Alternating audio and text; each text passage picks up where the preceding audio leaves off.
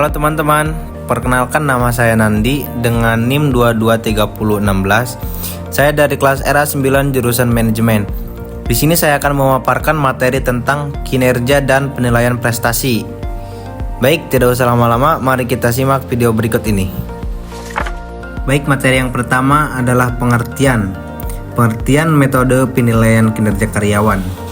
Apa sih metode penilaian kinerja karyawan itu?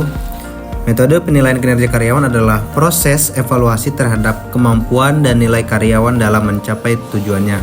Evaluasi kinerja yang baik dapat meningkatkan produktivitas karyawan dan perusahaan. Yang selanjutnya ada metode penilaian kinerja karyawan. Metode penilaian kinerja karyawan terbagi menjadi 5 metode. Nah, yang di sini ada kebetulan baru 2 metode. Yang pertama ada metode uraian dan metode esai. Metode uraian atau penilaian terhadap hasil pekerjaan karyawan seperti kurang mampu atau unggul. Untuk metode esai, penilaian menulis narasi singkat yang menggambarkan kinerja karyawan. 3 metode yang selanjutnya, yang pertama yaitu manajemen by objectives, dan yang kedua ada skala peringkat. Kemudian yang terakhir ada human resource cost accounting. Manajemen by objective atau penilaian kinerja karyawan berdasarkan tujuan tertentu yang telah ditetapkan. Kalau untuk skala peringkat, penilaian prestasi karyawan dalam skala tertentu mulai dari yang paling rendah sampai dengan yang paling tinggi. Dan yang terakhir, human resource adalah penilaian kinerja karyawan melalui manfaat moneter yang dia hasilkan kepada perusahaan. Yang selanjutnya ada evaluasi prestasi. Apa sih evaluasi prestasi? Evaluasi prestasi merupakan alat penting untuk meningkatkan produktivitas perusahaan.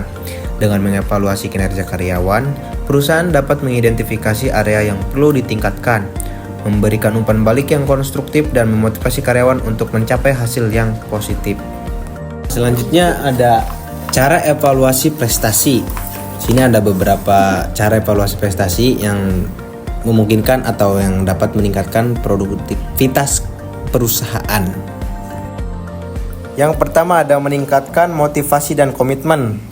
Evaluasi prestasi memberikan kesempatan kepada karyawan untuk diakui atas kerja keras dan kontribusi mereka. Evaluasi yang efektif membantu karyawan memahami harapan dan tujuan perusahaan. Yang kedua ada mengidentifikasi area yang perlu ditingkatkan. Evaluasi prestasi membantu perusahaan mengidentifikasi area di mana karyawan perlu mengembangkan keterampilan atau pengetahuan mereka. Yang ketiga yaitu memberikan umpan balik yang konstruktif. Umpan balik yang jelas dan spesifik dapat membantu karyawan memahami apa yang perlu mereka perbaiki dan bagaimana mereka dapat meningkatkan produktivitas mereka. Dan yang terakhir adalah membangun budaya kerja yang positif. Evaluasi prestasi mendorong budaya kerja yang berfokus pada perbaikan berkelanjutan. Karyawan didorong untuk terus belajar dan meningkatkan kinerja mereka untuk mencapai hasil yang lebih baik. Nah, berikut adalah studi kasus dari materi kinerja dan penilaian prestasi. Contohnya di PT Infomedia Solusi Pratama. Dilakukan penelitian oleh Nurlela Eva Puji Lestari pada tahun 2017. Mengkaji pengaruh motivasi, kompensasi, dan lingkungan kerja terhadap kinerja karyawan dengan menggunakan analisis regresi berganda pada 43 responden. Hasil penelitian menunjukkan terdapat pengaruh positif antara motivasi dan kinerja karyawan. Kompensasi juga berpengaruh positif, menunjukkan bahwa kebijakan kompensasi yang baik dapat meningkatkan kinerja.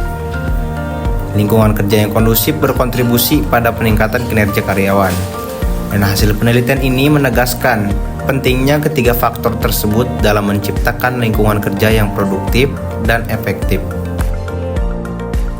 Kesimpulan dari materi kali ini yaitu dengan menerapkan sistem evaluasi prestasi yang efektif, perusahaan dapat menciptakan lingkungan kerja yang positif dan memotivasi karyawan untuk mencapai potensi penuh mereka. Hal ini akan berdampak positif pada produktivitas perusahaan secara keseluruhan. Berikut adalah referensinya.